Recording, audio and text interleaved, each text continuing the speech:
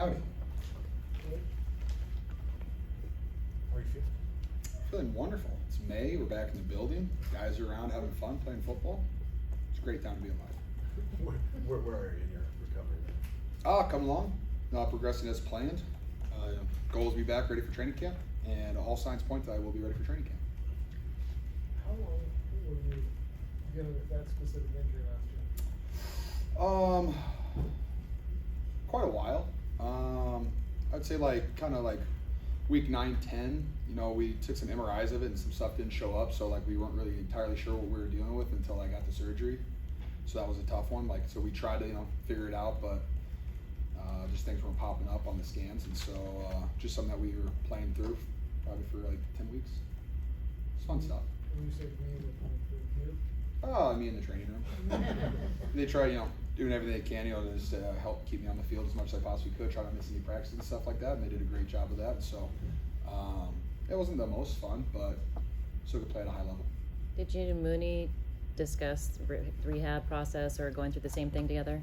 It was fun. He had surgery literally the week before I did, so it was just fun, hearing someone who had just experienced it too. Because if you have to get surgery, I like to do a second, maybe a third opinion, talk to different people who are doing it, and we ended up both going to the same guy, and he had great success for it. And so, went and did the same thing, and it was a little different surgery. There were some similarities, but they had to reattach something differently for me than they did to him. So it's a little different, but overall, I think we're both progressing at a good rate.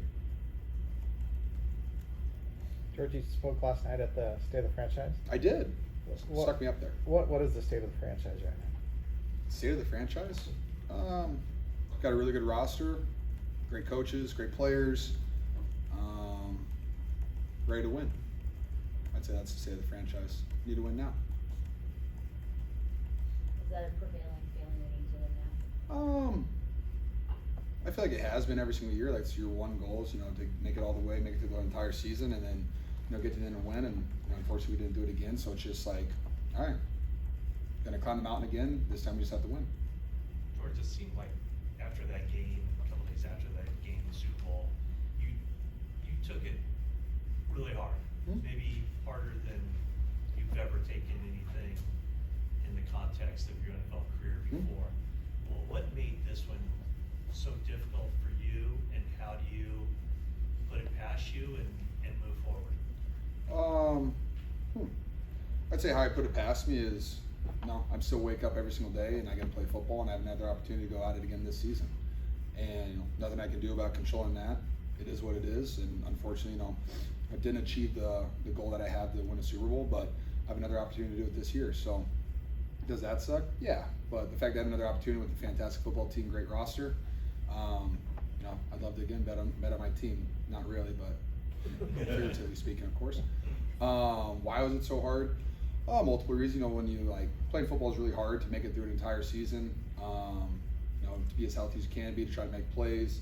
Every individual player has their own individual goals, but everyone has the same team goal, and so it's been a really fun team to be a part of. We have a great core group of guys, and just when you don't achieve that one goal that you really want to get to, it's tough. And I think back to Joe Staley played in 2 Super Bowls, didn't win one. Garrett Selleck played in 2 Super Bowls, didn't win one. And just listening to them talk about how hard it was, I get that now. I understand that, just playing for 7 years. But I get past it because we have a fantastic roster, and I still believe in this team and the ability that we have to win. What's the tougher part of that? Is it the physical side of bouncing back from multiple long seasons like that, or the mental side, or maybe a little bit of both?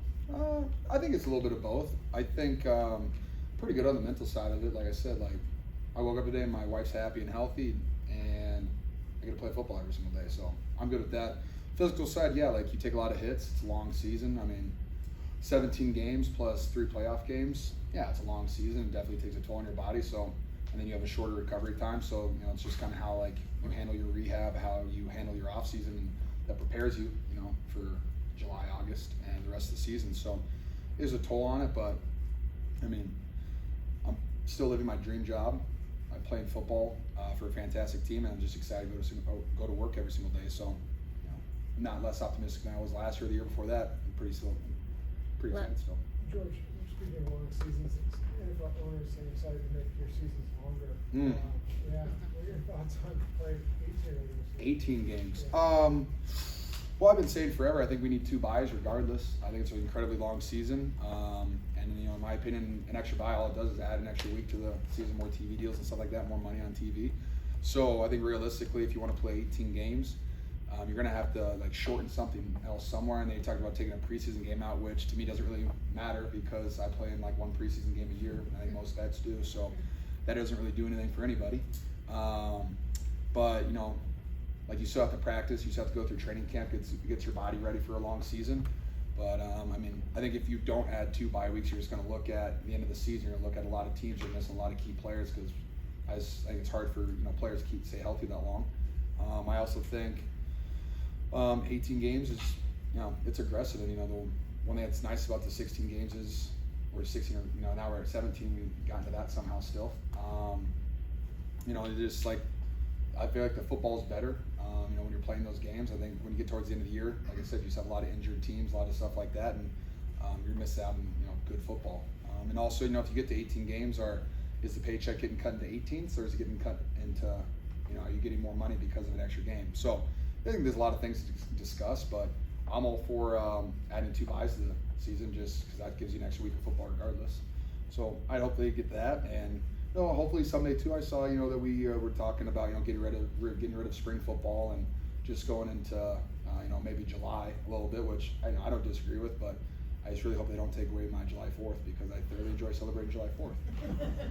Looking at not just the amount of games, but the schedule was rough for you guys time, like rest-wise last year. 2 Thursday night games, a lot of playing teams after their bye week. It's kind of similar this week. Did you notice a difference? Did you feel that last year versus previous seasons? I try not to think about it too much. I think when you do play like 4 teams coming off a bye, like they're all definitely fresh, and sometimes they're rusty, but I would say most of the time they're just pretty fresh and they're ready to roll. So I think that's tough, especially when you're doing that. Like if you're on the road versus a home team coming off a bye, I think that's pretty tough. But it's football and we don't make the schedule, so it's just something. It's like one of those adversities that you just have to deal with, and it is what it is. You just got to go out there and play football to your best ability. And I don't know if it's like an unfair advantage or whatever, disadvantage, but it sometimes makes it tougher. But at the end of the day, you still got to show up and play on that day. How was it having Trent Taylor back as a teammate?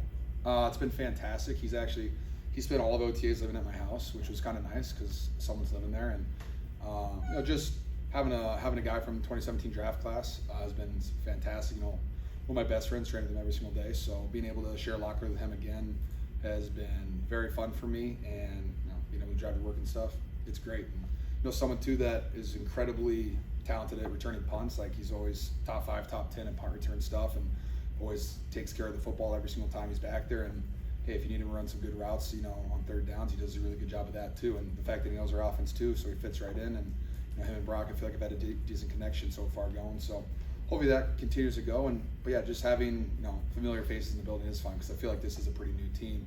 When I walk in the day, like the entire D line's different. Nick Bosa's the oldest D lineman in the room, longest tenured in the room, and so yeah, a lot of new faces everywhere. But you still have a good core group of guys, and when you add Trent to that mix, it's very fun for me. The tight end position as a whole. Latu didn't get to play last year because he got hurt. Braden got to play some. What do you see in those 2 guys? Yeah, I think the tight end is very new. You lose Charlie Warner and Dwelly to the Falcons, 2 guys who've done it for. Dwelly's done it for 6 years and Charlie for 4 years, and so when you lose that consistency, guys who are used to playing, guys who are used to the offense, there is like a gap there that needs to be filled. And I think Cam has come a long way in his rehab stuff, and so really the most important thing for him is just get back on the practice field, and he'll do that during training camp. And he's doing a great job in the meeting rooms. He knows the offense. He's doing a very good job of just learning and understanding what our goals are. So hopefully he can take everything from that meeting room and apply it to practice, and he goes out there and plays at a high level. Braden has gotten way better since last OTAs, last training camp, last season. It's fun just to see him take these strides. He's figuring out the run game. He's a really good route runner, strong hands, and so like they have all the abilities. It's just what I always try to say is like you can't like replicate reps. Like you need to go out there, you need to get as many reps as possible. So Braden getting a lot of reps right now is being very beneficial to him. We brought in Eric Sauber, a guy from my draft class. You know, he's played a lot of football, so that's helpful. He does it the right way, works really hard, so that's kind of nice to see too. He's got a really, really solid player. And then Tundras is, you know, I think he's gotten better too. Put on a lot of weight, put on some strength, so I think he has an opportunity to surprise some people too. And then my rookie Mason Pline, you know, he's just figuring it out right now. Smart kid, picking it up.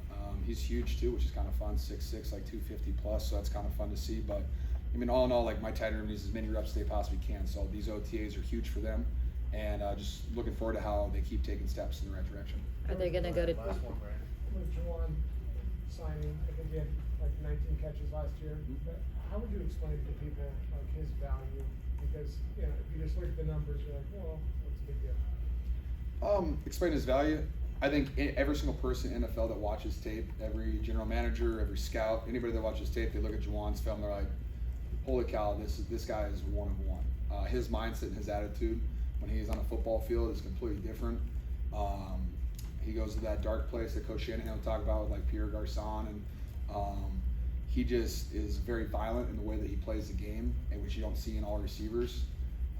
He will hit defensive ends as hard as he can. He'll hit linebackers as hard as he can. He's not scared of anything.